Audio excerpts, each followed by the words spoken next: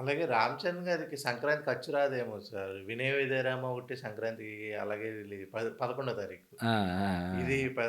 అలాంటివి అచ్చు రానివేమైనా ఉంటాయా ఇండస్ట్రీలో అంటే? అలాగే ఉండదు సార్. నిజానికి సంక్రాంతికి ఉండే అడ్వాంటేజ్ ఏంటంటే, సాదా సీదాగా ఉన్నా దాన్ని తీసుకెళ్ళి సూపర్ హిట్ చేయగలిగేంత స్టామినా ఆ! సంక్రాంతికుంటది. ఓకే. సంక్రాంతి అనేది పెద్ద అడ్వాంటేజే తప్ప కొంచెం కూడా మైనస్ అవ్వడం అనేది జరగదు. అంటే సినిమాలో కొంచెం కూడా విషయం లేకపోతే సంక్రాంతి ఏం చేయగలుగుతది? హ్మ్. కదా! ఏకాంతి ఏం చేయలేదండి. ఏ సంక్రాంతి కాదు, ఏ సీజన్ కూడా ఏమీ ఏం చేయలేదు. చేయలేదు. ఆ! సినిమా మరీ ఘోరంగా ఉన్నప్పుడు ఎవరు ఏం చేయలేరు. కొంచెం పర్వాలేదు అంటే కూడా సంక్రాంతికి ఆడేస్తది. ఎందుకంటే ఆ మూడ్‌లో ఉంటారు. సంక్రాంతికి సినిమా చూడాలన్న మూడ్‌లో ఉంటారు. ఫిక్స్ అయిపోయి ఉంటారు. ఏదో ఒక సినిమాకెళ్ళాలని ఫిక్స్ అయిపోయి ఉంటారు. దానికి బడ్జెట్ కూడా పెట్టుకొని ఉంటారు. ఆ! కాబట్టే సంక్రాంతికి ఈజీగా ఒక 3, 4 సినిమాలొచ్చినా గూడా హ్యాపీగా హిట్ అయిపోతాయి. ఇప్పుడు యాక్చువల్‌గా 'గేమ్ చేంజర్' గూడా బాగుంటే అది గూడా పెద్ద హిట్ హిట్ అయ్యుండేది. అయ్యుండేది. అవును. ఫస్ట్ అదే హిట్ అయ్యుండేది. 3 సినిమాలు గూడా హ్యాపీగా హిట్ అయిపోయి హిట్ అసలు అయ్యింది. ఒక హ్యాట్రిక్ లాగా సంక్రాంతికి 3 సినిమాలు హిట్ అవ్వడం అనే ఒక ఇది ఉండేది. ఉన్నది. కానీ మరి మరీ ఘోరంగా ఉండడం వల్ల సినిమా అలాగే 'పవర్ హ్మ్. స్టార్ పవన్ కళ్యాణ్' గారిది హ్మ్. 'హరిహర వీరమల్లులో' హ్మ్. హ్మ్. సాంగొచ్చింది. హ్మ్. హ్మ్. మాట మాట వినాలి. వినాలి ఆ! వరుడా మాట వినాలి అని. అది ఎట్లా అనిపించింది? బావుంది. చాలా బావుంది. అంటే కేవలం 'పవన్ కళ్యాణ్' ఫ్యాన్స్ మాత్రమే కాకుండా జనరల్ అంటే పాటలని ప్రేమించే ప్రతి ఒక్కరు గూడా పాడుకునేలాగా లిరిక్స్ కూడా పెంచల్ దాస్ అవును. లిరిక్స్. నాకు తెలిసి 'కీరవాణి' గారు ఫస్ట్ 'కీరవాణి' గారి టైమా మ్యూజిక్. కాదు ఫస్ట్ టైమా పవన్ కళ్యాణ్ గారి సినిమాకి? ఆ! అయ్యుండొచ్చు సరే. పాత సినిమాలో ఏం తీసామో తెలీదు గానీ, రీసెంట్ అదే ఆయన ఫస్ట్ టైమే ఆ! అనుకుంటున్నాను సార్. బావుంది. పాటైతే అవును. మాత్రం ఎందుకంటే చాలా 'ఆర్ఆర్' తర్వాత ఆ! ఇక్కడ రావడం పవర్ అది. స్టార్ అవును. గారు మళ్ళా కొన్ని చాలా ముందు డిప్యూటీ సీఎం తర్వాత అన్నట్టు అవును. బావుంది. చూస్తున్నాను. పాట బావుంది. లిరిక్స్ బావున్నాయి. 'పవన్ కళ్యాణ్' వాయిస్ గురించి మనం చెప్పాల్సిన అవసరం లేదు గదా! ఆయన గూడా పాటల ప్రేమికుడు. అవును. అంతకుముందు కూడా 1, 2 సినిమాల్లో పాడాడు పాడారు. గదా! ఆయన. అవును. ఇది అన్ని లాంగ్వేజెస్‌లో ఆయనే పాడారు. హిందీ ఆహ్, తమిళ్, ఆ! హిందీ. ఆ! అంటే 'పవన్ కళ్యాణ్' ఆయన చెప్తాడు గదా!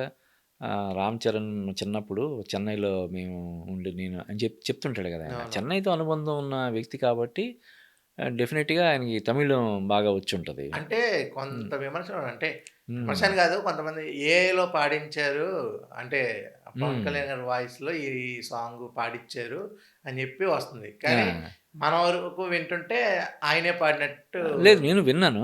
ఆ! నేను ఇప్పుడు కొన్ని అటువంటి విమర్శలు వచ్చాయని తెలిసి నేను విన్నాను. ఓకే. హిందీలో విన్నాను, తమిళ్‌లో విన్నాను. మనకు అర్థం కాకపోయినా తెలుగు ఎలాగో విన్నాను. అంటే ఇప్పుడు ఏఐ ఉన్నా గూడా టెక్నాలజీ సహాయం కొంత తీసుకొని ఉంటే తీసుకొని ఉండొచ్చు కానీ వాయిస్ ఆయనది తెలిసిపోతుంది క్లియర్‌గా. ఓకే. పైగా ఇప్పుడు ఎప్పుడో 'ఖుషీలోనే' హిందీ పాట మొత్తం హిందీ పాట పెట్టించుకున్న ఇది అవును. మనకు తెలుసు. అవునవును. అంటే ఆయనకి హిందీ మీద కూడా కొంత పట్టుంది.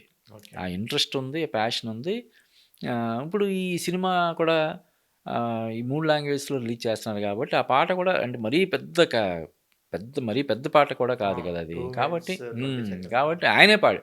ఆయనే పాడాడని తెలుస్తుంది. కాకపోతే ఏంటంటే, ఒక హీరో తమిళంలో కూడా పాడేసి, హిందీలో కూడా పాడేసాడని జనరల్‌గా కొంచెం డౌటొస్తది. అవును. ఇప్పుడంతా ఆర్టిఫిషియల్ ఇంటెలిజెన్స్ హడావిడి నడుస్తుంది కాబట్టి, ఒకవేళ ఏమన్నా ఆ సహకారంతోటి సాంకేతికంగా దాని సహకారం తీసుకొని, ఏమైనా ఆయన వాయిస్‌లాగా వినిపించేలాగా పాడించారనే అనుమానాలు కూడా డెఫినిట్‌గా అంటే రావడం పాటే ఆయన సహజం. పాడారంటే డబ్బింగ్ హ్మ్. ఆయనే చెప్పాలి అనేది అనుకుంటారు కదా! సార్ నార్మల్‌గా. అవును. అవును. ఇప్పుడు డబ్బింగ్ నార్మల్‌గానే ఇప్పుడు ఏపీలో డిప్యూటీ సీఎం కాబట్టి టైం ఉండదు.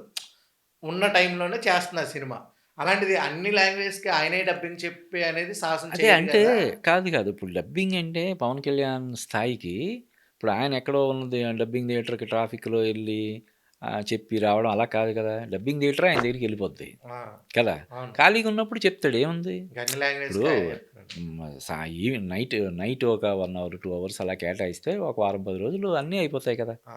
ఇప్పుడు సినిమా మొత్తం మనం ఒక సినిమా చూసేటప్పుడు, ఆ సినిమా తీయడానికి ఎన్ని రోజులైనా పట్టొచ్చు. అవునవును. ఇప్పుడు ఒక సీన్ తీయడానికి ఒక 10 రోజులు పట్టిందనుకో, ఆ 10 రోజులు పట్టిన సీన్‌లో డైలాగ్ చెప్పడానికి ఎంత టైం 10 పడతది? నిమిషాలు పడతాయి. ఓ 10 నిమిషాలు పట్టొచ్చు. అవును. ఒక్కోసారి 2, 3 నిమిషాల్లో కూడా డైలాగులు తక్కువుంటే అయిపోద్ది. అయిపోద్ది. అవును. కాబట్టి అది టైమ్ కన్‌స్ట్రెయింట్ అన్నది దీనికి వర్తించదు. ఓకే. షూటింగ్ అంటే అది వేరు. ఓకే. రకరకాల కాంబినేషన్‌లు, సెట్‌లు ఇయన్నీ ఉంటాయి. ఇది హ్యాపీగా డబ్బింగ్ థియేటర్‌ని అక్కడ ఆయనకు అనుకూలంగా అమర్చేస్తే, ఆయన ఫ్రీ టైమ్‌లో లంచ్ టైంలోనో లేదంటే ఈవినింగో పడుకునేటప్పుడో తెల్లవారుజామున ఫ్రెష్‌గా తయారైన తర్వాతో చెప్పేయడం అన్నది పెద్ద కష్టమేం కాదు. ఓకే. అది ఈజీయే.